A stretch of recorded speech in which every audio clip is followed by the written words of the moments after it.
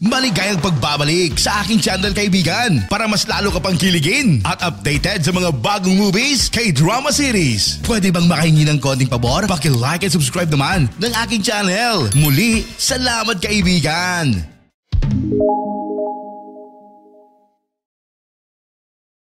Nagsisimula ang pelikula sa isang lalaki na malapit nang tumalon mula sa isang gusali upang wakasan ang kanyang buhay.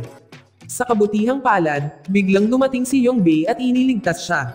Samantala, nagsimulang maghiyawan ng mga tao habang naghahanda ang mga pulis ng mga kagamitang pangkaligtasan. Tumulong din ang kaibigan ng lalaki upang iligtas ang lalaki. Pero sa halip, nahulog lang ang lalaki. Si Yongbei ay isang lalaking nagtatrabaho sa isang luxury car sales showroom.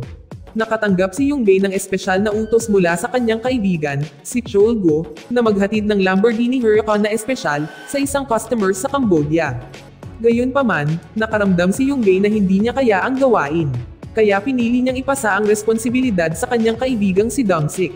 Gayunpaman, ang ginawa ni Yongbei ay magiging isang malaking problema sa kanyang buhay. Kinaumagahan, nagising si Yongbei dahil sa isang bangungot na nag-alala sa kanya. Pakiramdam niya ay may mali. Lumalabas ang masamang balita ang naghihintay kay Yongbei nang malaman niyang kinuha ni Dong-sik ang Lamborghini. Nakaramdam ng pagkabigo at pagkabalisa si Yongbei habang sinubukan niyang makipag-ugnayan kay Dong-sik.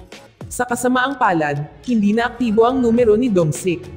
Lalong lumala ang lahat ng makipag-ugnayan ng kanyang kapatid na babae kay Yongbei para ipaalam sa kanya na namatay na ang kanilang ama.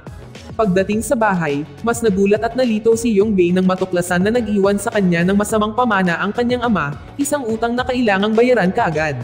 Ang isipan ni Yongbei ay lalong nataranta at lumaki ang kanyang pagkabigo. Sa kanyang pagkadismaya, hindi sinasadyang sinipa ni Yongbei ang isang lata na hindi inaasahang itinuon ang kanyang atensyon sa isang lumang kotse na naiwan ng kanyang ama. Dahan-daang tiningnan ni Yongbei ang kotse ng mabuti. Napagtanto niya na ang kotse na ito ay maaaring isang paraan para mabayaran ang utang ng kanyang ama. Sa kabilang banda, nakikiugnayan si Dong-sik sa isang mamimili na handang magbayad para sa Lamborghini sa halagang 1.3 milyong won. Ngunit ang bumibili ay magbabayad sa pamamagitan ng bank transfer, at inosenteng ibinigay ni Dong-sik ang mag-ara na kotse. Hindi nagtagal, ang boss ng showroom at lahat ng empleyado ay pumunta sa bahay ni Yongbei upang magbigay ng kanilang huling paggalang sa ama ni Yongbei. Ngunit ang talagang pinaplano nila ay tapusin si Yongbei at ibenta ang kanyang mga organ bilang kabayaran sa kanyang nawawalang luxury car. Humingi ng tawad si Yongbei at humingi ng oras para mahanap si Dong-sik at ang ninakaw na luxury car. Noong una, tumanggi silang makinig sa mga palusot ni Yongbei, ngunit ang kanyang lola, na nakasaksi sa insidente, ay tila nakadama ng magandang relasyon sa pagitan nila. Nang gabing iyon ay nahihilo si Yongbei sa pag-iisip ng mga paraan para makatakas sa mga kamay ng kanyang amo. Bigla, napansin niya ang isang lumang susi ng kotse na nakapatong sa mesa.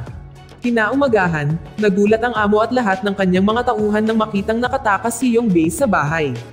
Noong nagmamaneho si Yongbei ng kotse, nakaramdam siya ng matinding pagkadismaya dahil hindi masyadong mabilis ang pagtakbo ng lumang kotse.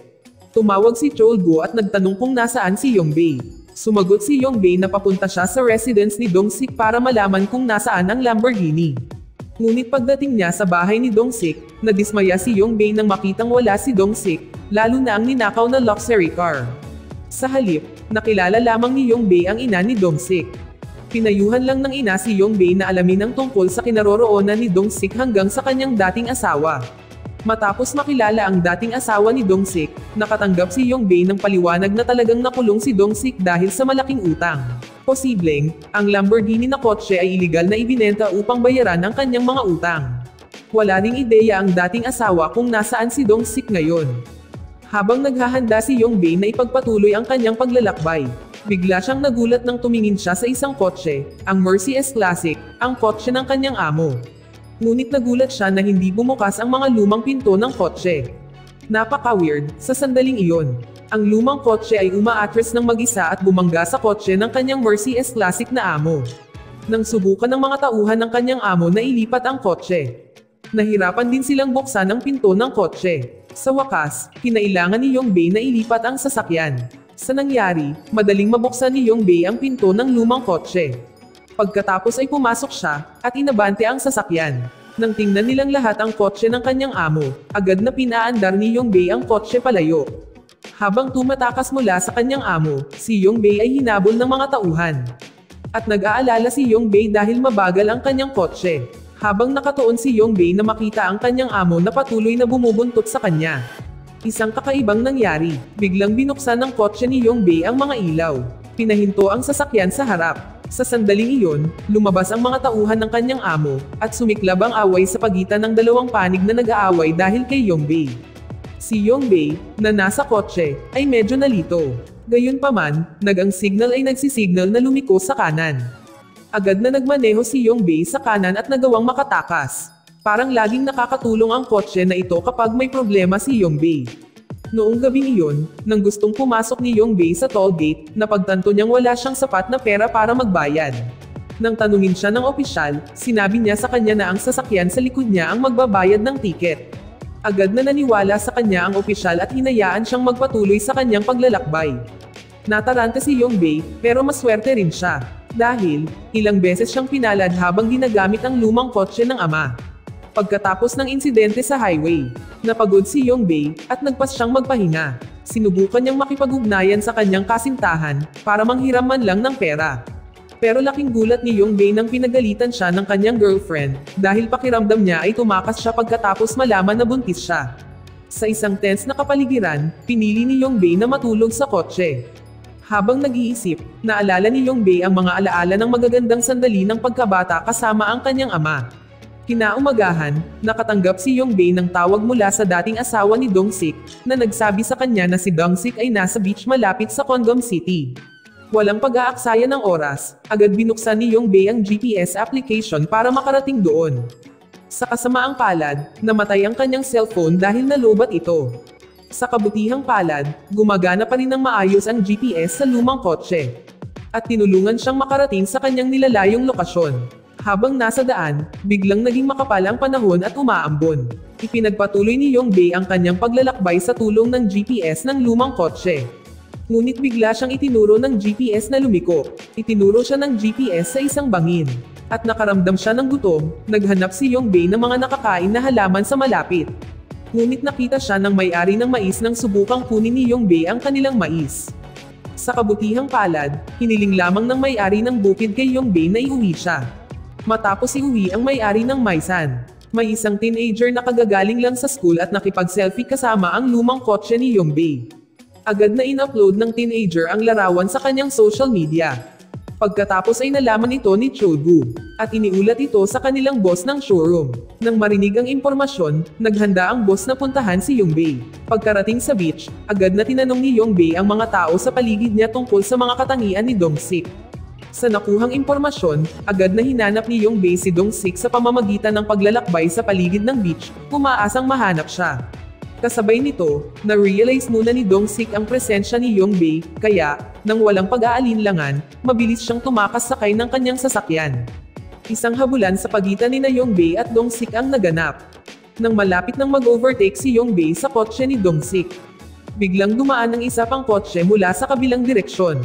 Papalapit na ang sasakyan. Sa nangyari, ang kotse mula sa kabilang direksyon ay ang kotse ng kanyang amo. Biglang hinabol din ng amo sina Yongbei at Dong-sik. Nagkaroon ng habulan sa pagitan nilang tatlo. Gayunpaman, ang swerte ay nasa panig ni Dong-sik sa oras na ito. Ang dahilan ay, nakahanap sila ng kalsadang ginagawa. Kaya nagpasya silang tumawid pa rin sa kalsada. At napilitang umatras, dahil hindi na madaanan ang kalsada. Dahil dito, nasira ang kotse ng amo ng showroom at naubusan ng gasolina. Ang lumang kotse ni Yongbei ay hinahabol si Dong-sik. Nang masira ang sasakyan ni Yongbei, isang matandang lalaki ang sumakay sa lumang kotse, na napagkakamalang taxi ito. Nang hindi nag-iisip, pinasakay ni Yongbei ang pasahero. Ang matandang lalaki ay handang magbayad ng higit pa para madala siya sa kanyang bahay. Gayunpaman, dahil naubusan siya ng gasolina, kinailangan ng matandang lalaki na itulak ang lumang kotse sa pinakamalapit na gasolinahan. Pagdating nila sa gasolinahan, napagtanto nila na ang lumang kotse ay wala ng gasolina, kasama ang gasolinahan.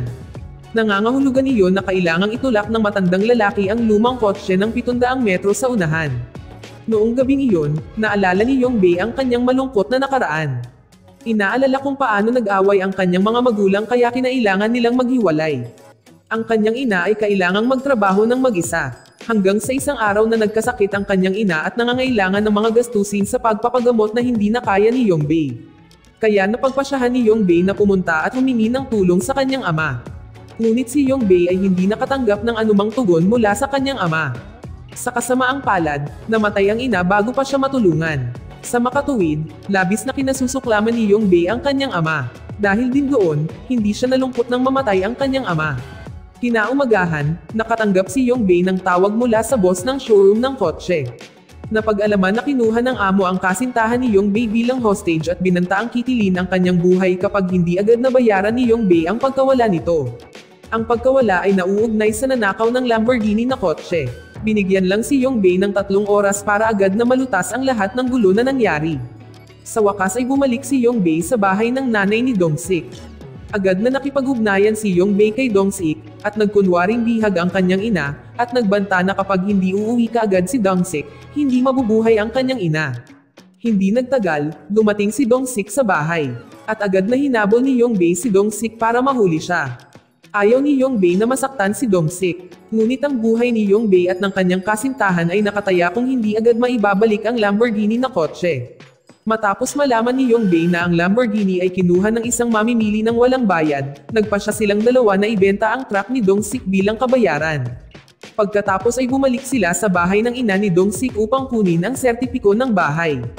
Pero habang nasa daan, biglang nagliyab ang sasakyan ni Yongbei dahil sa sigarilyo ni Dong-sik.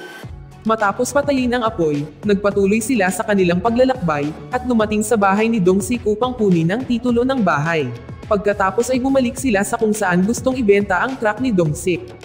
Habang nasa daan, nakatanggap si Yongbei ng tawag mula kay Bong, ang taong nagpakilala kay Dong-sik na bumibili ng Lamborghini. Sinabi sa kanila ni Bong na naibalik na ang marangyang kotse at hiniling silang pumunta kaagad sa kanyang showroom. Sa kabilang banda, tinawagan din ni Bong ang showroom boss na nagpahayag na ang Lamborghini na kotse ay bumalik na sa pwesto. Agad na tinungo ng amo ang kinaroroonan ni Bong.